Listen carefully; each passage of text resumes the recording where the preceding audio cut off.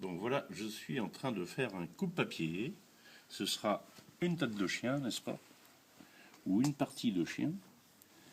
Et bien pour ça, je me sers de petites limes, de petits ciseaux que j'ai fabriqués. Et aussi d'un outil autre, dont on ne peut pas dire la marque, bien sûr. Alors, vous voyez, c'est pas très facile, il faut passer un temps fou. C'est des heures, et on recommence, et on repart.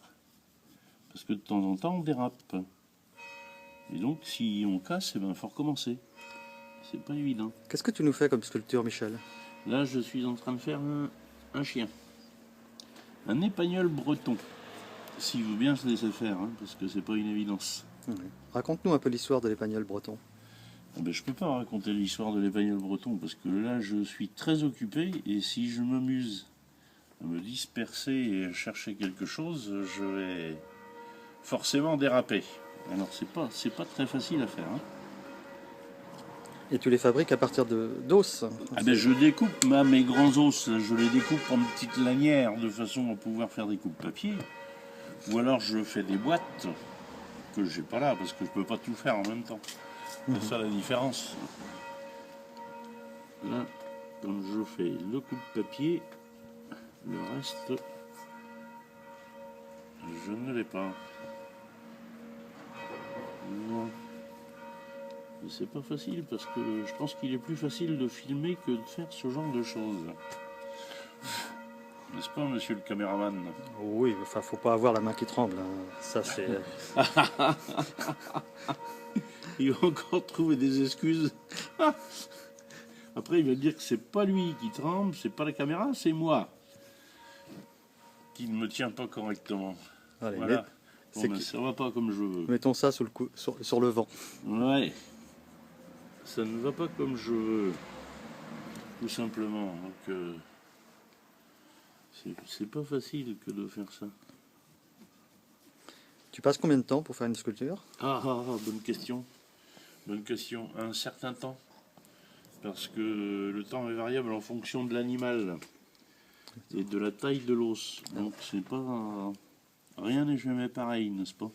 Alors, donc là, c'est un épagnol breton, mais tu nous fais quoi également comme chien, comme animaux?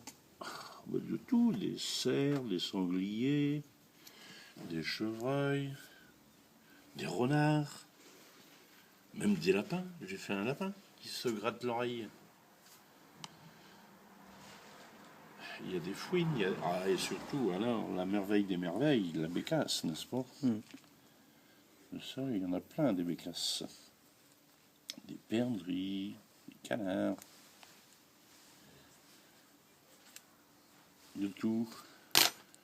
Ah oui, mais ça, c'est une petite machine, alors. Je vais la mettre en route. Ça fait du bruit. Voilà.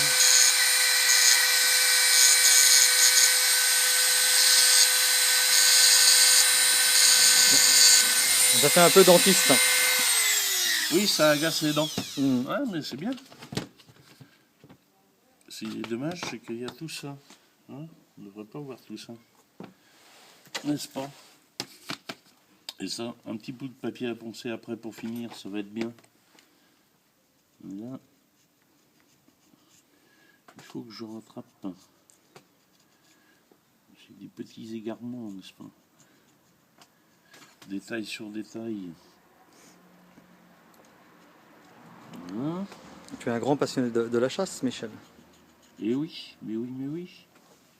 Que je ne pratique plus, hélas.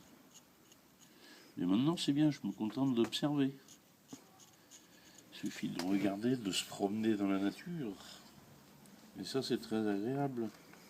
Ah, On peut voir plein de choses pour qui sait les regarder. Parce que tout le monde ne sait pas s'arrêter à regarder. Et les animaux et la nature. c'est quand la dernière fois que tu as vu une bécasse? Que j'ai vu une bécasse? Ah, il y a une semaine. Il y a une semaine. Mais c'est magnifique à regarder. Et la différence avec beaucoup d'animaux, c'est que la bécasse, en général, on ne la voit pas très longtemps. C'est extrêmement rapide. Ça se sauve rapidement. Elle part vite en l'air. Voilà. Et elle décolle. Non.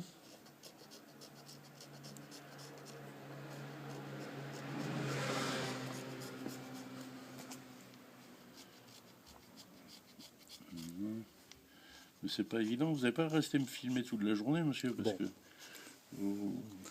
Bon, on va te laisser à tes occupations, Michel. Oui. Allez, bonne fin de journée, salut. Eh ben, vous aussi, merci monsieur. Vous êtes bien aimable, monsieur mon voisin.